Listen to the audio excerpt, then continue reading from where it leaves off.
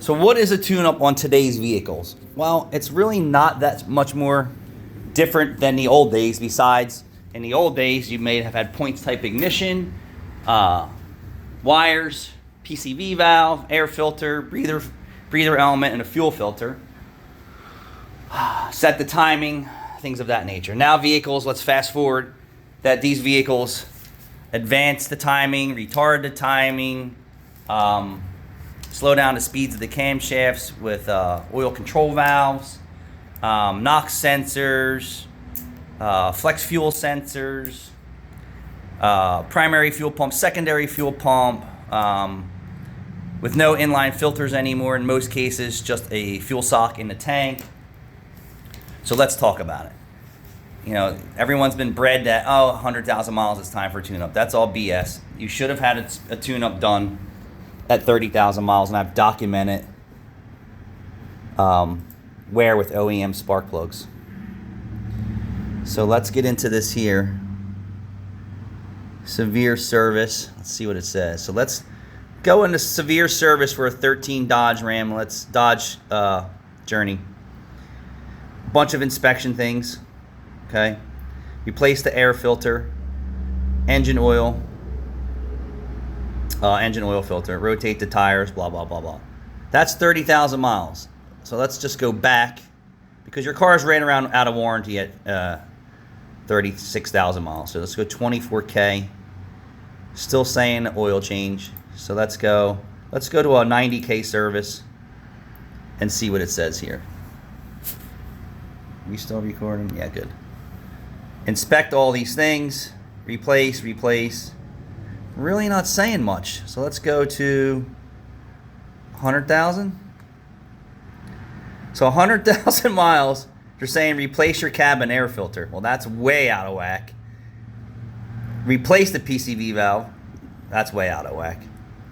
And replace the spark plugs. That's 3 times past what I've documented for wear. Most cars today can't get 100,000 miles out of a catalytic converter, P0420 or 430 code, for one reason or another. Way off. So they're not talking about resetting your adaptives, fuel injection service, GDI service or carbon service. Nothing mentioned about replacing the fuel filter sock in the fuel tank. Motor flush. So there's a lot of things that go into today's cars, and very similar for older cars. They're saying spark plugs. At 100,000 miles, your spark plug boots have shrunk, or they have powder residue on them from arcing and wear on the porcelain. So, you know, when you say how much is a tune-up, the proper tune-up, let's talk about it. Either a fuel injection pressurized service or a tank additive, PCV or induction type IV drip or decarbonization of the intake valves and piston tops and combustion chambers, a motor flush for sure, pushing oil changes past their limits. By the time your PCV system is shot, it's built into your valve cover and intake manifold. Or there's a oil separator and PCV system like on some of these Mercedes today. I mean, you're talking big bucks for a proper tune-up. Can you break it down? Absolutely. But you should be nipping away at this stuff earlier and earlier. This way at 100,000 miles or 130,000 miles, it's not like, your real tune-up is going to cost you $2,000 with replacement parts, you know, on top of an engine light or a belt or a battery or something like that. But if you're nipping away at, say, 30, 60, 90, now we're not even talking about maintenance in your differentials, your transfer cases, your cooling system, your power steering systems. Yeah, man. So there's a lot that goes into a tune-up today. If you say you've been doing liquid tune-ups, that's only a piece of the puzzle, of your 100-piece puzzle. Most people don't even understand, like, all right, I got 150,000 miles on my car, and the fuel filter sock in the fuel pump has not been replaced. Well, I assure you, it's got crap built up inside of it. You ever look inside your gas can at home?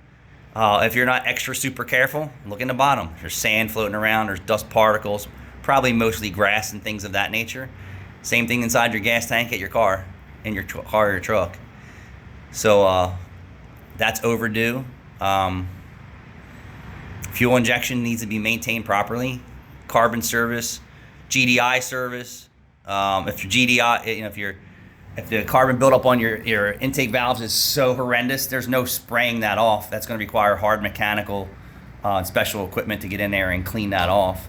If your engine's got an oil consumption problem, needs to be identified and then addressed in steps, or just tear the whole motor down and go at it. So many pieces that go into a tune-up today, and don't be shocked when you get somebody who knows what they're doing for real, and you get an estimate for we'll just say $800 or $1,000 to do a real tune-up. That's what a real tune-up is. And on top of variable valve timing cleaning, there's maintenance procedures in some scan tools that it cleans the valves. So that's in diagnostic procedures. Resetting all the adaptives. There's so much to a real tune-up today, on top of mechanical failure and wear. So keep that in mind. Anybody else have anything they want to add to it? I greatly appreciate it. Thanks for watching.